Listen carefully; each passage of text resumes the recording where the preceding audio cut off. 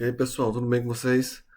Estou aqui de volta para mais uma aula sobre calorimetria, certo? Continuando a sequência aí de dicas e de assuntos, tá? Quem não é inscrito no canal, se inscreve aí, certo? Aproveita para seguir as aulas aí, que é uma preparação completa para o Enem. Você que está se preparando para estudar várias matérias aí, está com dificuldade em física, certo? Que é uma das áreas, né? Da área de ciência da natureza.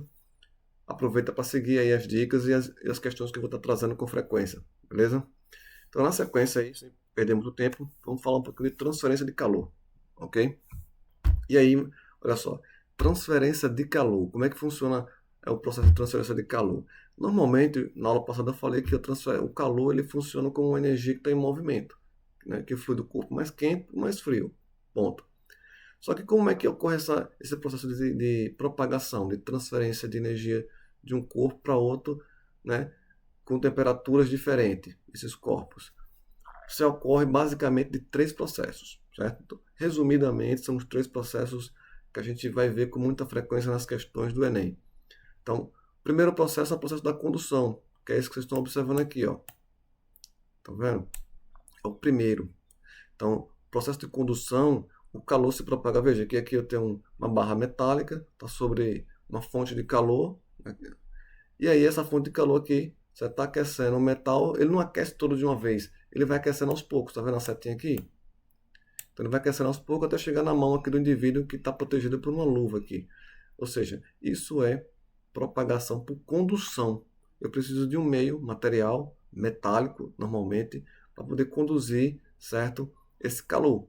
Então, uma situação em casa, por exemplo, você está lá, né, cozinhando algum produto na sua casa, e aí você pega uma colher, né, de alumínio, e aí começa a mexer lá, tal, tal. Daqui a pouco você percebe que a sua mão começa a sentir o calor, certo, da colher. Isso acontece porque a colher, em contato com a temperatura da panela, começa a ocorrer a propagação de calor por condução, certo? É igual esse processo que a gente está vendo aqui. E o processo por convecção, certo? Que a gente está vendo aqui do lado aqui, tá vendo? Convecção aqui. Então, o processo de convecção é um processo que é usado e aparece com muita frequência nos fenômenos naturais, tanto da física quanto em fenômenos que vocês vão estudar também lá em geografia, certo? Envolvendo correntes climáticas, certo? Massas de ar e tal, mas eu não vou entrar muito nessa parte. Mas o que é convecção, de certa forma? Ponto. Aí é um movimento, certo, contínuo do ar quente e o ar frio. Por exemplo, aqui, ó. Aqui você tem duas mãos aqui, de uma pessoa qualquer que está tentando aquecer as mãos sobre uma chama, não é isso? Uma fonte. Então, o que está acontecendo aqui, basicamente? O ar quente que está saindo aqui, ó, vou indicar aqui com uma setinha, está indo até a mão, certo? Dessa pessoa. E o ar frio, certo? Que está na parte de cima, começa a descer. Esse ar frio ele desce, certo? E aí você tem um movimento contínuo, certo? De ar quente subindo e ar frio descendo. O ar frio que está na mão dele começa a descer, o ar frio é mais pesado, só lembrar disso, o ar frio é mais pesado, ele vai descer, o ar quente da chama está subindo, ele é mais leve, tende a subir, e aí você forma um ciclo, certo? Um movimento, né, cíclico, né? Você tem mais ou menos isso, é. O ar quente sobe, né? O ar frio desce e o ar quente sobe. Mais ou menos isso aqui, ok? É o que está correndo aqui nesse processo de convecção, tá? E terceiro e último, não muito importante, é o de processo de radiação, transferência por radiação. Nesse caso, veja só, observe que as mãos da pessoa aqui estão a uma certa distância das chamas. E as ondas aqui de calor estão indo na direção das mãos dele aqui, por irradiação, certo? É aquele mesmo processo de aquecimento por luz do sol, por exemplo. Então a nossa luz do sol aqui, que chega até a Terra, ela está irradiando luz por toda a Terra, de uma forma que ela chega em todos os meios possíveis da Terra, por irradiação ou radiação cósmica, né? Radiação solar, mais conhecida. Então você tem os raios ultravioleta, infravermelho e tal.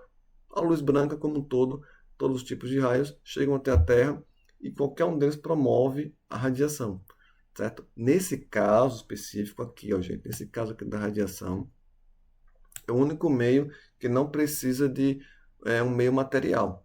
A radiação ela ocorre independentemente de ser aqui na Terra ou no espaço, certo? Lá no espaço ocorre radiação o tempo todo e não preciso e no espaço não tem ar, só lembrando, tá?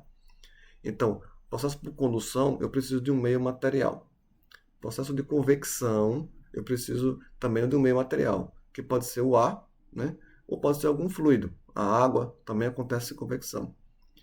Já radiação ou irradiação, que também é sinônimos, é a mesma palavra, só que escrita de uma maneira diferente. Vocês vão encontrar as duas em alguns livros, em algumas questões. Eu não preciso de um meio material, certo?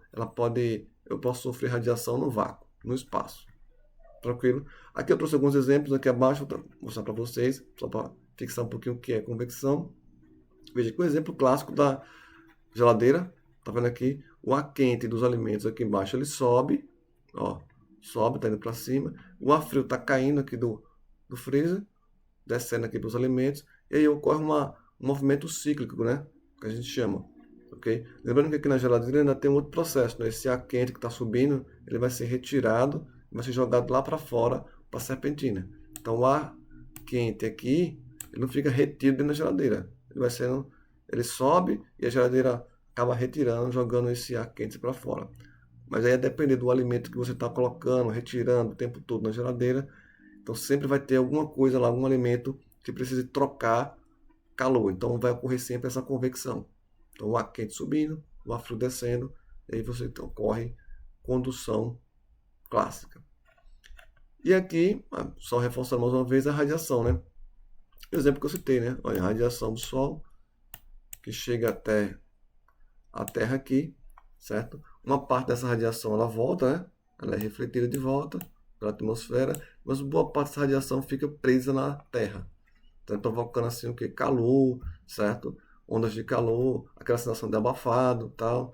E aí nosso corpo acaba absorvendo essa radiação aqui na Terra, certo?